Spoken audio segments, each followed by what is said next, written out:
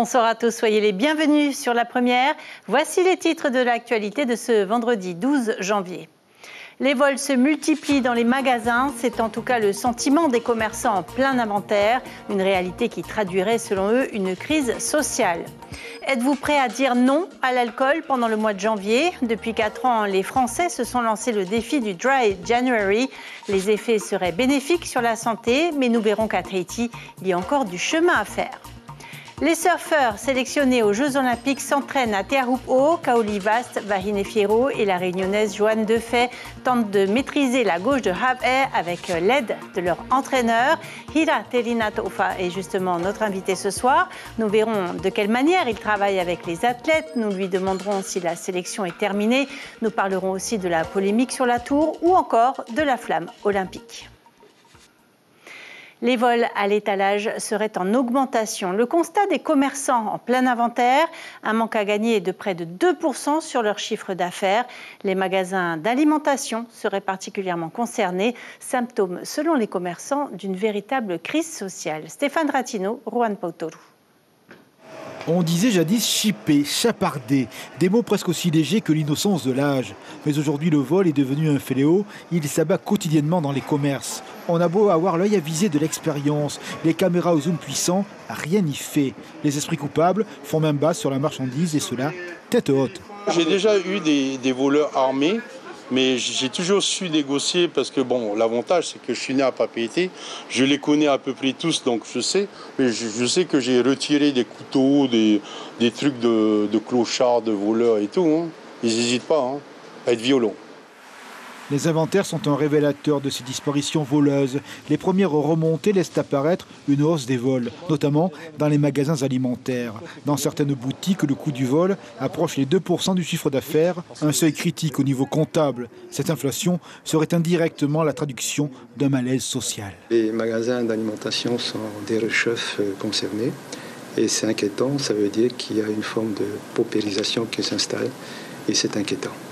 Les familles ont un budget peut-être restreint l'année dernière et ont du mal à se payer ce qu'ils veulent, ou d'autres sont peut-être à l'écart du chemin de la route et ont participé au coulage, donc à la démarque, en d'autres termes, au vol à l'étalage.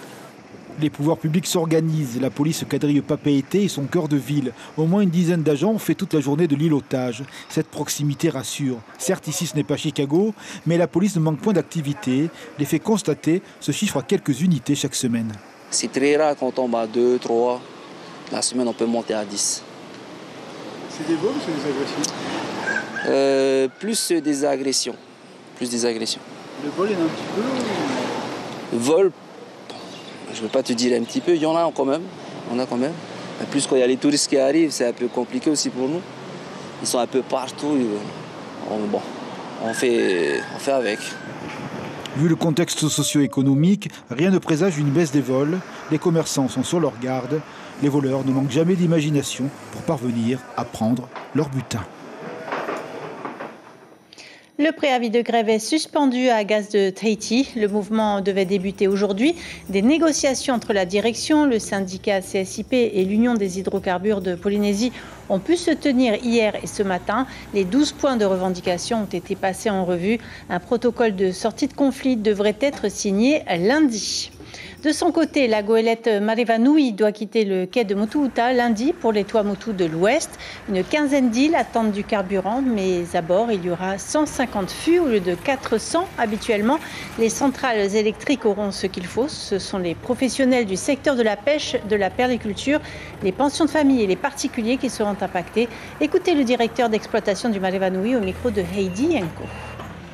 Là, ça commence vraiment à devenir problématique. Il y a beaucoup qui sont impactés, du particulier aux professionnels, donc les pensions de famille, les pêcheurs, les prestataires de services, les femmes perlières et tout. Ils ont dû réduire la voiture? Ils ont dû réduire leurs activités. Et nous, on a décidé de rationner les commandes de nos clients pour pouvoir servir un maximum d'îles. Pour les centrales électriques, tout ce qui est carburant en vrac, ça, il n'y a pas de souci. Les approvisionnements se font comme d'habitude. Avec l'année 2024 s'ouvre une nouvelle édition du Dry January. Grâce à ce mouvement, chaque année, plusieurs milliers de personnes parviennent à freiner leur consommation d'alcool. Une pause qui aurait des effets bénéfiques réels sur la santé. En Polynésie, la direction de la santé l'expérimente pour la 2e année. Mais vous allez le voir, les habitudes sont encore bien ancrées. Caroline Fary, Jérôme Lee. Un mois de janvier sans alcool à Tahiti, le concept paraît quelque peu saugrenu. C'est la première fois que j'entends ça. Là, je suis venue acheter de l'alcool pour ce week-end. On n'a toujours pas fini le jour de l'eau. Ça m'arrive de boire de temps en temps, mais je ne suis pas alcoolique. Hein. Mais en janvier, ça changerait. Pour moi, janvier, c'est comme tous les autres mois de l'année. Hein. Vous buvez de l'alcool en janvier? Ben oui, il faut. Oui. Ben, je bois 1, 2, 3 boîtes par semaine ou par mois. Malgré un léger ralentissement après les fêtes, les magasins de spiritueux enregistrent une affluence continue. Par rapport aux autres années, je ne vois pas trop de différence. On a toujours notre clientèle qui vient pour... Après, il y a encore des cadeaux. Hein. Donc, il y a peut-être aussi de l'alcool acheté pour des cadeaux d'entreprise ou des cadeaux en tout genre. Voilà. 50% des addictions en Polynésie sont liées à l'alcool. Si les bonnes résolutions sont difficiles à prendre, les bénéfices, tant pour la santé que pour le porte-monnaie, sont indéniables et rapides. Il y a des effets quasi immédiats, des effets sur le sommeil. On a un sommeil qui est beaucoup moins fragmenté, de meilleure qualité, donc la journée on est en meilleure forme. On a des effets sur le teint de peau, on a une meilleure mine, on perd du poids également. Et puis il y a aussi là, un portefeuille qui est content, on perd un peu moins d'argent. L'alcool, ce faux ami, peut vite devenir notre pire ennemi dans les violences conjugales ou les accidents. Pour sensibiliser les jeunes, la direction de la santé lance une page Facebook d'information et une vaste enquête en collaboration avec l'OMS sur l'état de santé des adolescents polynésiens. La consommation de toxiques et d'alcool va être évaluée sérieusement, d'une manière très professionnelle, et on pourra en fin d'année avoir des données, ce qui nous manque énormément. Mais également, ces élèves ont donné leur avis sur tout un tas de propositions également qu'on va leur faire. Donc voilà ce que l'on a prévu pour cette année. Il n'est pas trop tard pour faire une pause en janvier, mais pour un bénéfice sur la santé à long terme, les médecins recommandent de réduire la consommation d'alcool toute l'année. Allez, direction Te Ahupu'o maintenant, où les surfeurs sélectionnés aux Jeux Olympiques ont démarré leurs entraînements. Sur le plan d'eau, Kaolivast, Vahine Fierro et la réunionnaise Joanne Defay améliorent leur technique. Objectif, surfer tout type de vagues et s'adapter aux conditions météo. Sous le regard bienveillant et précis de leur entraîneur, ils se préparent au grand rendez-vous du 27 au 30 juillet. Reportage Mélissa Chong et David Chang. À 196 jours des Jeux Olympiques, les entraînements s'intensifient. Pas de souplesse au niveau du planning des surfeurs. Ils vont devoir s'adapter à tout type de vagues et aux conditions météo qui se présenteront durant les 4 jours de compétition. C'est vraiment global comme entraînement ici à Te Ahupu'o, c'est passer le plus de temps possible à l'eau. Le positionnement, quel type de vague, vraiment on travaille aussi quel type de planches qui vont avec quel type de conditions, parce qu'on peut avoir toutes sortes de conditions et c'est pour ça qu'il faut passer plus de temps pour pouvoir surfer toutes les conditions. Nos entraînements sont un peu réparpillés dans des spots différents, les vagues de plage, sur Te Ahupu'o, et pour un peu pouvoir être prêt pour quelles que soient les conditions, parce que Te Ahupu'o c'est connu pour être une vague parfaite et assez intimidante et grosse, mais elle peut aussi avoir des petits jours, un peu comme aujourd'hui. Kaoli et moi, c'est les 2 surfeurs qui auront surfé le plus la vague parmi tous les surfeurs qualifiés aux Jeux Olympiques. Mais après, l'océan remet un peu tout le monde à zéro. Donc ça dépend de quelle vague tu vas prendre dans la série. La réunionnaise Joanne Defay, déjà inscrite au tour de la WSL, a pris des vacances ici, au Fénois, pour profiter d'un moment en famille, mais aussi et surtout pour mieux dompter la vague. C'est un peu plus simple à lire le pic où tu démarres, je trouve, puis c'est un peu plus rassurant. Donc, quand il y a du vent, il y a un peu des nuages, c'est un peu plus hostile, il y a une sorte d'appréhension en plus de la vague en fait.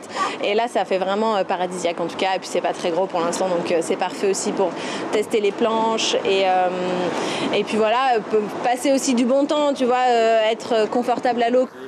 Aux yeux de l'entraîneur de l'équipe de France, Hira Terina-Toufa, la présence de Joanne Defay ne fait que faciliter la préparation des 3 compétiteurs. Pour lui, le travail d'équipe a déjà fait ses preuves par le passé. c'est de créer une cohésion et le fait d'avoir tout le monde, c'est qu'on n'est pas pareil, hein. Chacun a sa vision, son approche, donc c'est un partage et c'est bien d'avoir tout le monde justement, c'est qu'ils peuvent tous partager et on peut progresser ensemble. Les Jeux Olympiques ne sont pas la seule priorité de nos surfeurs locaux. Kaoli Vast et Vahine Fierro préparent également les championnats du monde ISA qui auront lieu à Porto Rico du 24 février au 2 mars. Et nous avons l'honneur d'accueillir Hiratheli Tofa, entraîneur officiel pour la préparation olympique de la Fédération française de surf. Bonsoir, merci d'être avec nous. On est à moins de 200 jours de l'épreuve de surf des Jeux Olympiques. Plus que jamais, les athlètes doivent s'entraîner sur le site de Te Ahupu'o. Oui, ils doivent s'entraîner à fond. Ils doivent, comme ils l'ont tous dit, il faut surfer toutes les conditions qu'il y a, et essayer toutes les planches. Donc, il faut vraiment être prêt. Ça va monter en puissance ? Ça va monter en puissance, on en aura encore beaucoup plus d'entraînement qui arrive. Donc, ouais, on va pas arrêter, on va en profiter justement avant que d'autres équipes arrivent et ils fassent la même chose. Donc, et oui, les autres athlètes des autres nations, ils viendront sur place eux aussi ? Oui, bien sûr, ils vont venir aussi sur place. Donc, j'ai eu des amis qui sont également coachs dans le Brésil qui vont venir aussi bientôt. Donc oui, donc nous il faut qu'on en profite, on est sur place, on est à la maison, donc ouais, il faut y aller, il faut plus. On est à 200 jours, on dit que c'est loin, mais pour moi c'est demain. Vous avez été 2 fois champion du monde ISA en 2004 et 2010. Qu'est-ce que vous dites à vos athlètes concernant la pression ?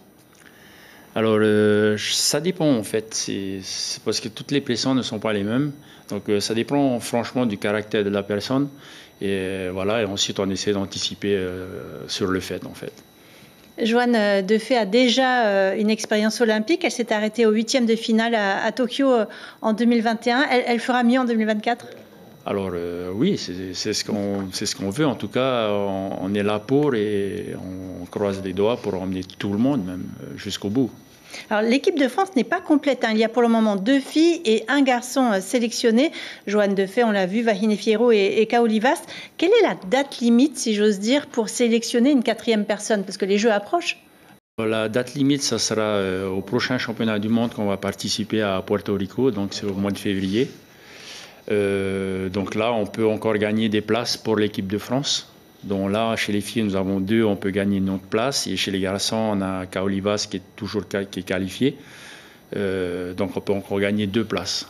Ah, donc c'est pas que 4 athlètes, potentiellement on peut aller encore plus loin. On peut aller à 3 garçons, 3 filles. Quels sont les critères ? Alors c'est assez compliqué, mais tout va se jouer justement au championnat du monde ISA à Porto Rico. Donc pour donner un exemple, c'est par exemple chez les filles, nous avons déjà 2 qualifiés. Et dernièrement, on est allé pour faire une présélection pour sélectionner une fille qui va rejoindre justement Joanne Defay et Vahine Fierro pour ces championnats du monde le mois prochain. Et si nos filles elles sont championnes du monde en classement général, on peut gagner encore ce qu'on appelle une planche, donc une wildcard pour une autre surfeuse pour les rejoindre au JO. Et on espère toujours qu'un Tahitien soit présent. Michel Bourez n'est finalement pas sélectionné. Il y a Mihimena Bra, il a encore ses chances ? Alors, justement, quand on y était il y a 2 mois, pour la présélection, il y était parmi nous en fait. Donc on avait 3 Français. Donc il y avait Mihimena Bra, Joanne Duru et ensuite Marco Mignot. Donc ça s'est joué à très très peu. Il s'est battu jusqu'au bout. Donc il mérite également d'être là. Donc voilà, après c'est une compétition. Mais il s'est très bien battu. Merci beaucoup pour ces premières réponses. Voilà pour l'aspect sportif. Difficile de parler de Te Ahupu'o sans parler de la fameuse tour. Il y a les exigences de Paris 2024 et il y a une partie de la population qui s'inquiète de l'avenir du lagon de Te Ahupu'o. Où en est la polémique ? On fait le point avec Mathilde Boucher. Dans le monde du surf, celle que l'on surnomme Chupo est mythique. Une hauteur pouvant atteindre 10 mètres, des tubes au diamètre parfait, le tout surplombé par des monts luxuriants. Pour les épreuves de surf des Jeux Olympiques, Paris 2024 a vu les choses en grand. Mais pas de quoi réjouir tous les Polynésiens. Ça fait mal et tous les jours, tu sens que la population a le dos lourd et que ça nous pèse tout ça, surtout pour 4 jours de compétition, ils sont que 40 athlètes. c'est beaucoup pour peu. Hein. Principale source de leur mécontentement, la construction d'une nouvelle tour des juges en aluminium. 200 mètres carrés, 14 tonnes, 133 forages dans le platier corallien, l'écosystème de Te Ahupo est menacé. Autre objet d'inquiétude, l'acheminement du matériel au large. Début décembre, lors d'essais techniques. Regardez cette patate cassée! Une barge brise du corail sur son passage.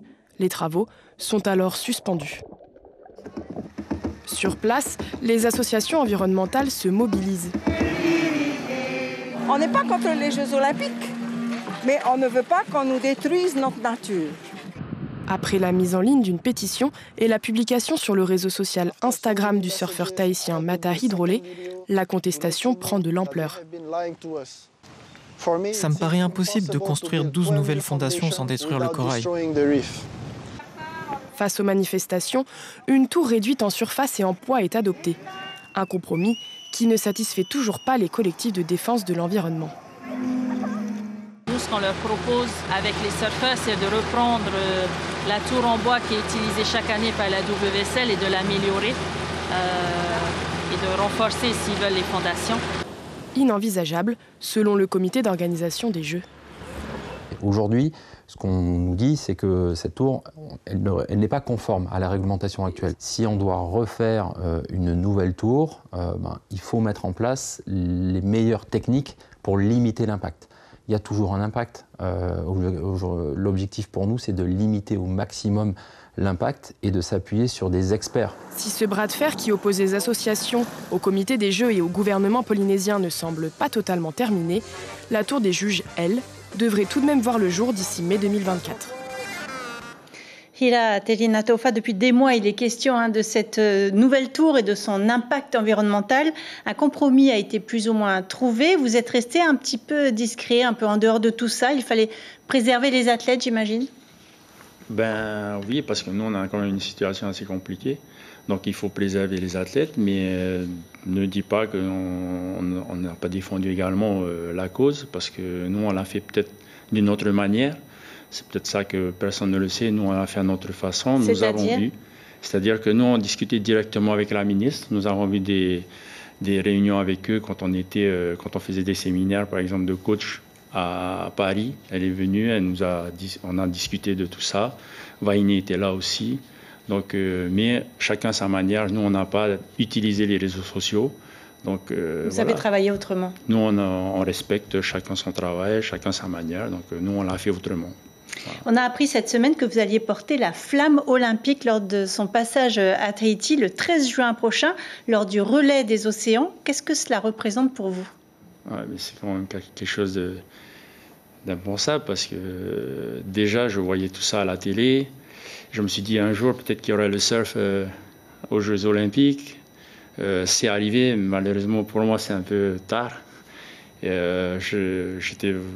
J'étais très content de ma nomination, et puis c'est des choses qui font rêver. Hein. J'avais vu Gary Zebrowski, Caroline Kraft, tu as envie de faire la même chose. Donc je suis là quand même, mais autrement, en tant que coach, et j'espère envoyer toute l'équipe pour aller chercher cette médaille. Merci beaucoup, Hira Telina-Taufa, d'avoir été avec nous ce soir. Pour terminer, direction les îles sous le vent, l'association Tamar Ino Burabura organisait une marche aujourd'hui pour soutenir Teano Kojan, le propriétaire de la deuxième pharmacie de l'île, récemment ouverte à Manahune. Le gérant de la pharmacie historique de Vaitapé a demandé l'annulation de l'arrêté autorisant la création et l'exploitation de cette deuxième officine. Le défilé s'est déroulé dans une ambiance solennelle. Plusieurs dizaines de personnes se sont retrouvées au chapiteau de la place Tuvavau. Une pétition a permis de récolter 8200 signatures en faveur du jeune pharmacien. Réponse du tribunal mardi prochain, le 16 janvier. Je vous rappelle l'information principale de ce journal. Les vols à l'étalage seraient en augmentation. Un constat des commerçants en plein inventaire. Un manque à gagner de près de 2% sur leur chiffre d'affaires. Les magasins d'alimentation seraient particulièrement concernés. Symptôme, selon les commerçants, d'une véritable crise sociale. Au programme de votre soirée sur la première, la série Bloodlands sera suivie d'un divertissement consacré au chanteur Patrick Bruel. On arrive au terme de ce journal. Merci d'avoir été avec nous. On se quitte sur les images de l'entraînement de nos surfeurs à Te Ahupu'o. Belle soirée sur la première et à demain.